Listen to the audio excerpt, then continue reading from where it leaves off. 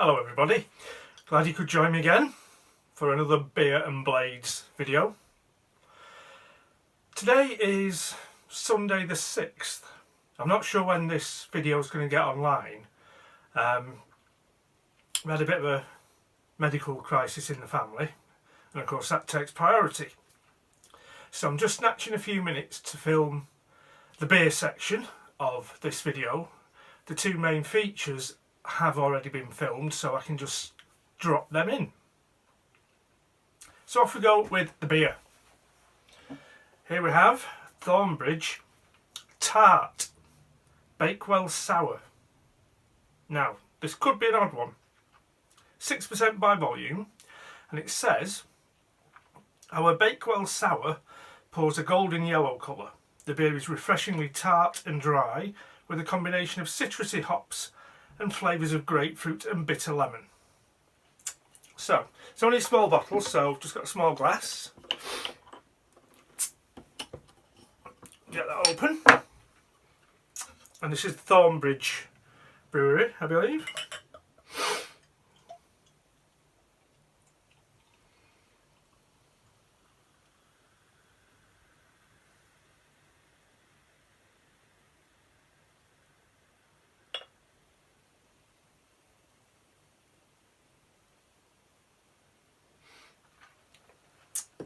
A bit of the usual annoying marketing shite on the front there. Innovation, passion and knowledge. Well, you could have all three of them and brew crap beer. So we shall see. We got any other information on here? I don't think we have. Ingredients: water, barley, wheat, hops and yeast.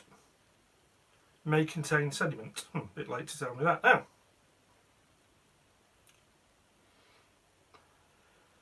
Brewed and bottled by Thornbridge Riverside Brewery, Bakewell, in the Peak District. So, it's a little bit hazy, very yellow, very, very strong grapefruit smell.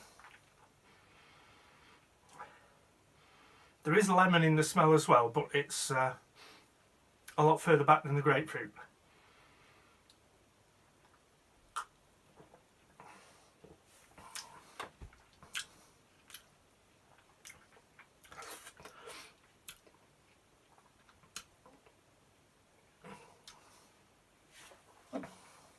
Tart.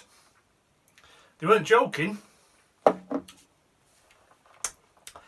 It's a lot more lemon in the flavour than there is in the smell. Still got grapefruit in the flavour as well, but the lemon just gives you a big slap in the chops.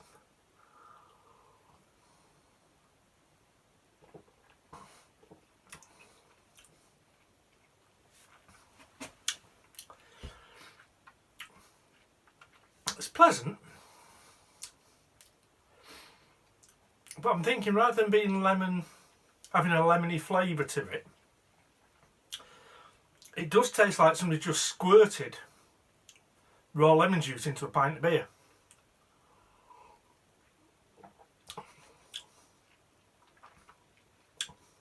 Once you get over the initial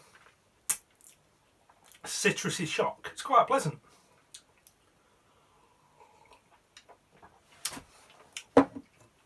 Not sure if it's one that I'll be repeating though, but you can see what you think. Thornbridge Bakewell Sour. So I was thinking of doing another draw for the two knives I've been trying desperately to give away.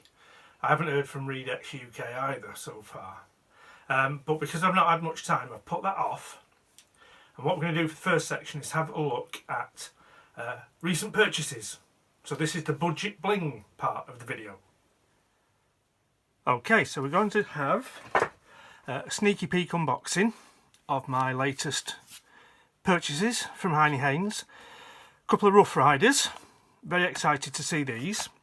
Before we get into the package, I just want to mention the last two purchases from Heine Haynes. Rough Riders. The reason I just want to give these a quick mention is that I very probably said I would do full reviews on these, and that's not likely at the moment. The reason being I've got a big backlog of videos to make, particularly on knives that have been sent to me as gifts. So I think the purchases are going to have to take a back seat. I've got a knife from Fort Worth Glock Guy, knives from 40 Below Full, knives from Doug McCartin, just to name but 3. And I just didn't want to leave these without saying anything. So a quick roundup. Strawberry Bone Congress, lovely knife, very happy with this one. It's not perfect, the fit and finish is good, there's a tiny bit of gappiness there, but all the pins and the scales and the bolsters are all nicely matched up.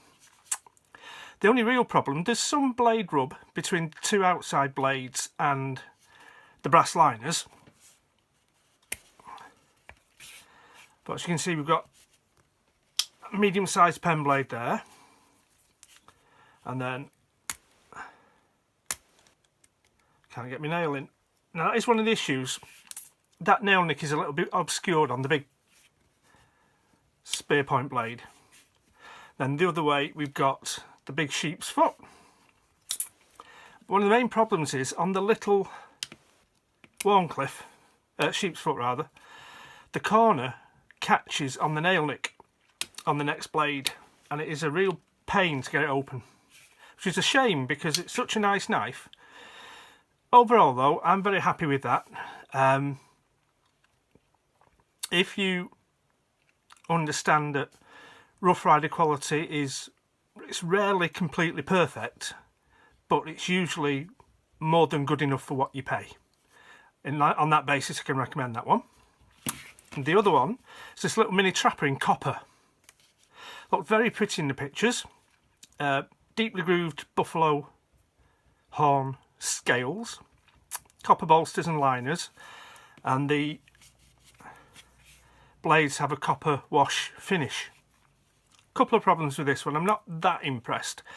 Partly is it's a little bit more gappy, but nothing out of order. I've got case knives that are gappier than that, where the springs and the liners and the centre spacer fit together.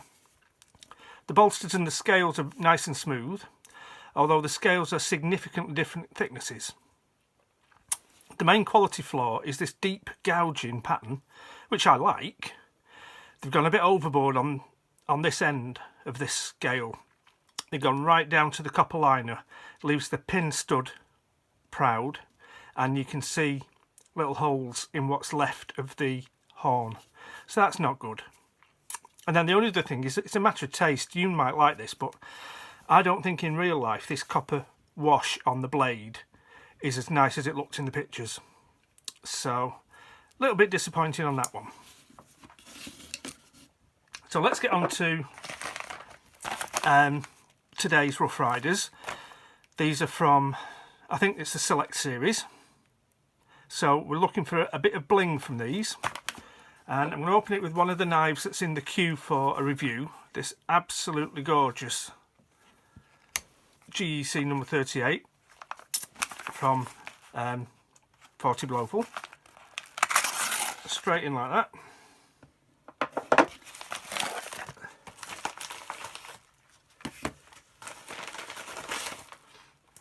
So here we have the new style packaging. Don't know which is which, so we'll just put that one to one side and we'll see what we've got in this one. Push out the sleeve. Premium Select, I beg your pardon. Very nice box. Lovely quality printing and coloured graphics. Magnetic clip. But it's what's in the box that's the real crucial thing. And here we have inside a little Johnny bag a Congress, not quite as big as the Strawberry Bone one, but we've got buffalo horn scales with an inset of abalone and black pearl, brass liners, file worked springs, and here we've got 4 separate springs with no spacers. And let's see what the 4 blades are like. Small pen blade with a long nail pull.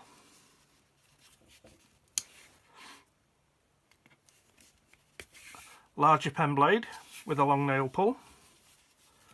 That one doesn't snap into the open position. There is a half stop, but it's a bit slack on there.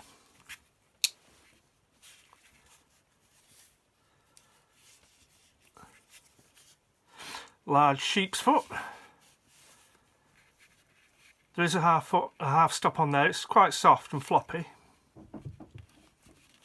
And then I believe this is usually called a coping blade with this sharp angled corner. Bit of a better snap on that. So the fit and finish cosmetically is absolutely spot on, I think. No gappiness, everything's smooth. Oh, you can just catch your nail on that bolster there. But the inlay pieces are nice. That's really quite well done. Shame some of the springs aren't quite up to standard. Oh, it might not be the springs, it might be the way the end of the ricasso has been machined, but that's a little bit sloppy. On balance though, I think for £22 or £23, I think that's really nice. If you want a little bit of bling in your collection and you don't want to shell out lots of money, that's well worth considering. So we'll pop that back in the fancy box. And does this have to go in a particular way around? Yes, it does. So, happy with that. Next one, also Premium Select series. And this one is a mini trapper in the same style. So, little Johnny bag. Same buffalo horn with the abalone and 2 stripes of black pearl. That's lovely. And here we've just got 2 blades, so 2 springs with brass liners and a brass central spacer. Nickel silver bolsters. This looks really nice. It does look as though the horn's a little bit chewed up there perhaps. It feels smooth, so I'm not sure whether that's just the horn's actually discoloured. Much firmer spring. Doesn't snap into place very positively, but there's good resistance on the spring. So we've got a nice clip point. And then the spay blade. These are quite slender blades, but it's not a big knife. It's only a 2-inch blade knife. But I think for £17, that's really good. And if you bear in mind, I think that was about the same price, £17. I think this one is a much better option. It's prettier, it's slightly better made. But I think I could recommend that for the money. That's very nice. So, we'll pop that one back in the box with its little Johnny bag and its silica thing. Cardboard sleeves. Rough Rider Premium Select. I think they're rather nice.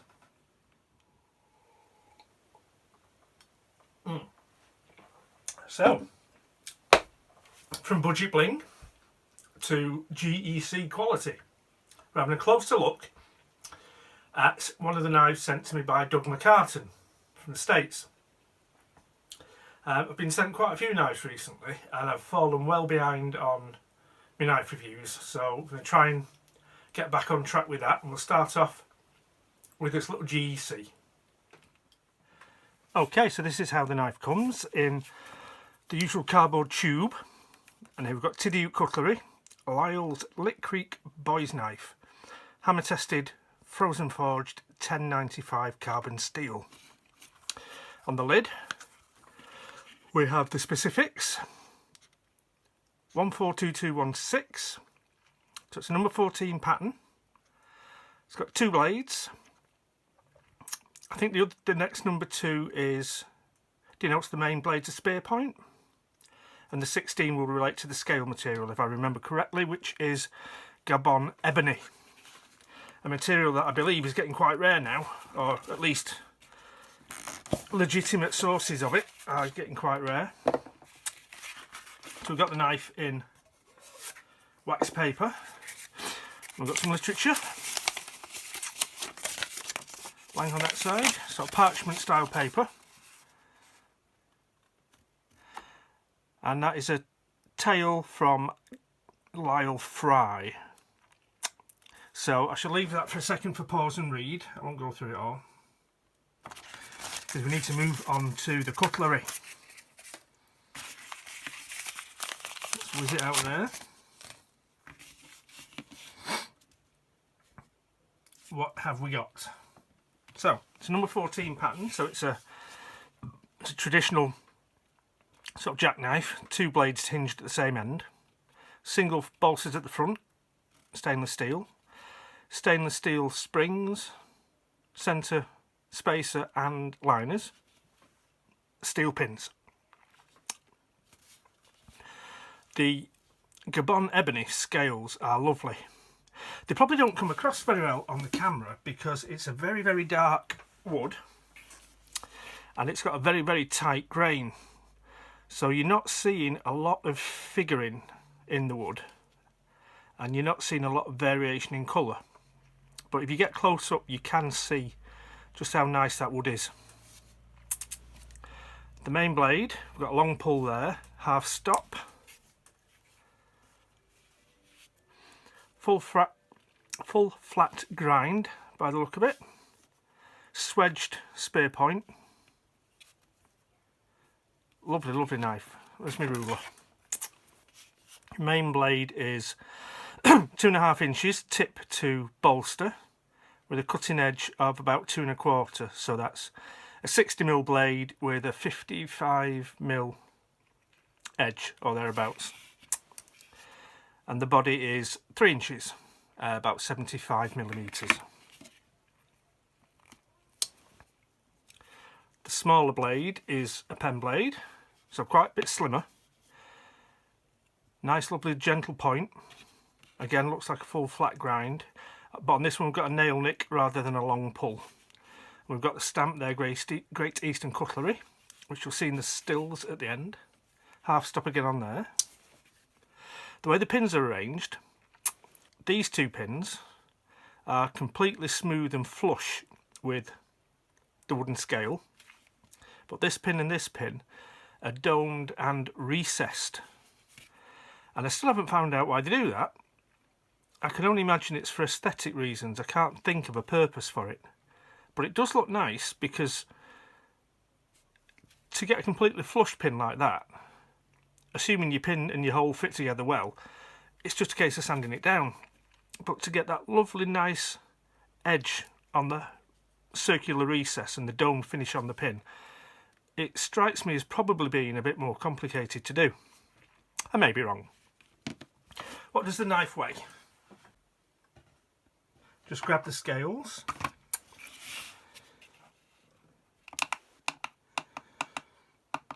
So in grams, is that on? Yeah, you can see that. In grams, 49.7. And in English, 1 3/4 ounces. So we've got a knife with a 3-inch overall body, weighs 1 3/4 ounces. Got a nice robust main blade, which I would say is going to be 2.5mm. The smaller blade is slimmer. A very, very practical and stylish UK legal pocket knife. Now this isn't the factory edge. I've been using it since it arrived, so I've had a bit of a tickle up myself on the edge after use. But we're going to do some paper slicing anyway, because that's what I like doing.